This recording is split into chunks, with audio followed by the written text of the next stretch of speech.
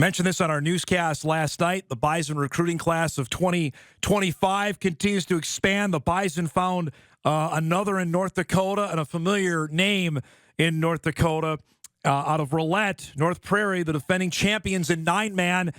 You met Nate Tastad last year as he led them to the state championship. You may recognize the guy right next to him, his younger brother, Brett, who announced yesterday that he's going to be joining Big Bro at NDSU, and he joins us this morning to chat about it. Congratulations. Just tell me Thank you. How this all played out. I mean, was it a combo deal, or did you want to go your own way? Tell us about the whole recruitment process. Well, I kind of wanted to try out some new stuff, but in the end, the coaches had so much faith in me, so I decided I want to come to Fargo.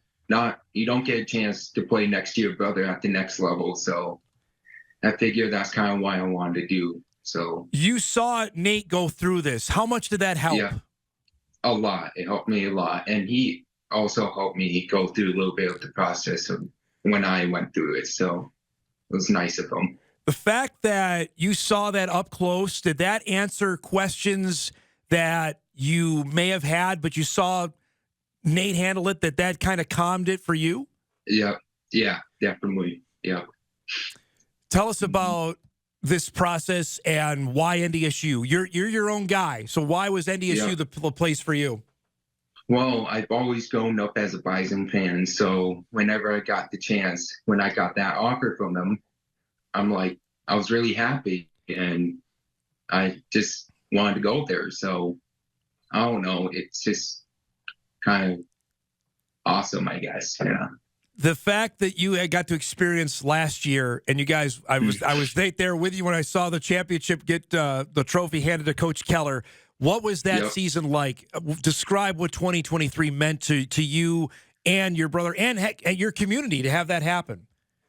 It was a huge deal. Like our first state champ for both schools, it was a huge deal, and being able to win it with my brother, it's a pretty special moment. So for people that don't know, you playing football is pretty remarkable in its own right. You were born deaf. You had implants put in. Tell me on the struggles of just doing normal activity. What is that a challenge? Yes, it definitely is, especially if it's really windy outside. But I've kind of trained myself to knock out the extra noise and just focus on the people's voices on my team. So I've kind of trained myself to. And tell us, like, in the huddle, like, how does that work? And especially like in the Fargo Dome in a loud environment. And it was loud for the 9-man game. What kind of challenge was that for you? I just read my quarterback's lips, and then when I got on the line, I could see the ball in my peripherals. The second I see it snap, I just got off the ball as quick as I possibly could. So it was tough, but I was able to get through it. Was there a time, Brett, where either a doctor or your family said, "Hey, sports, especially football, may not happen"? Was that ever a conversation like that? Can't really remember. Not really. I've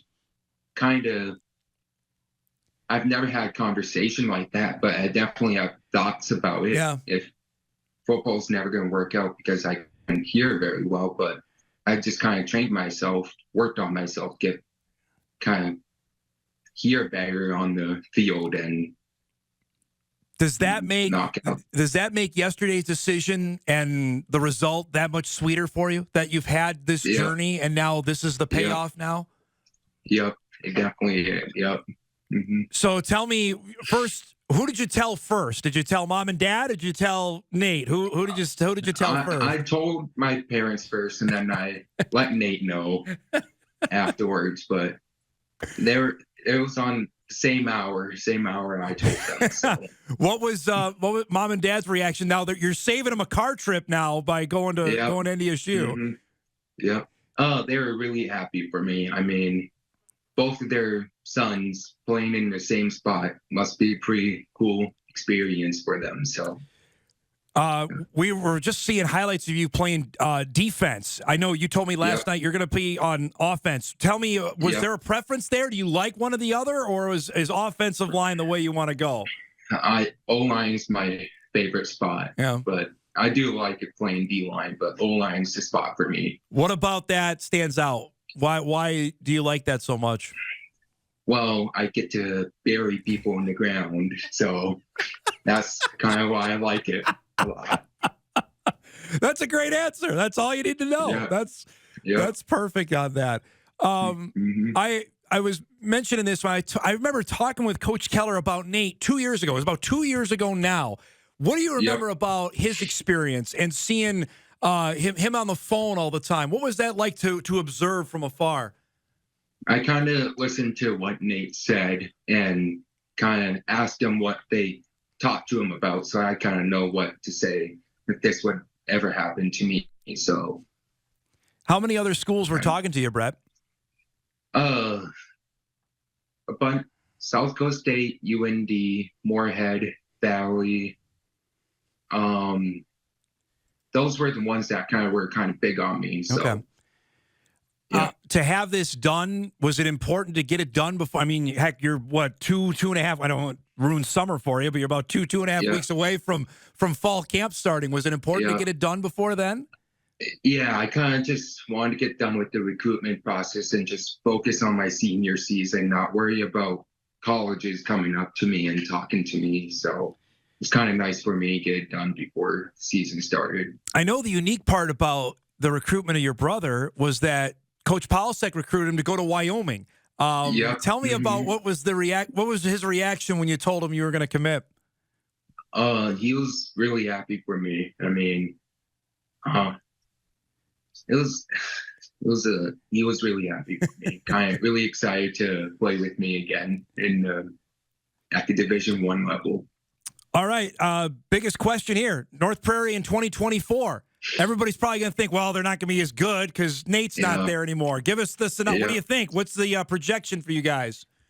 I think we can definitely make it. I think we can go far, definitely. I think we got a lot of kids on our team that are willing to put in the hard work and are putting in the hard work and willing to perform at their best to get us all the way to the dome again. Well, future teammate of yours in Walker Broughton thinks his Westo team, who you've seen, has got a chance. What do you make of being teammates with him now?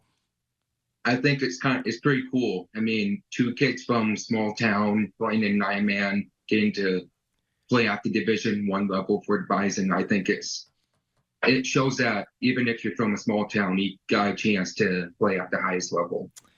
Have you celebrated? Will you celebrate? I know you got to get out in the field here soon. So have you gone out to dinner, or what's the deal?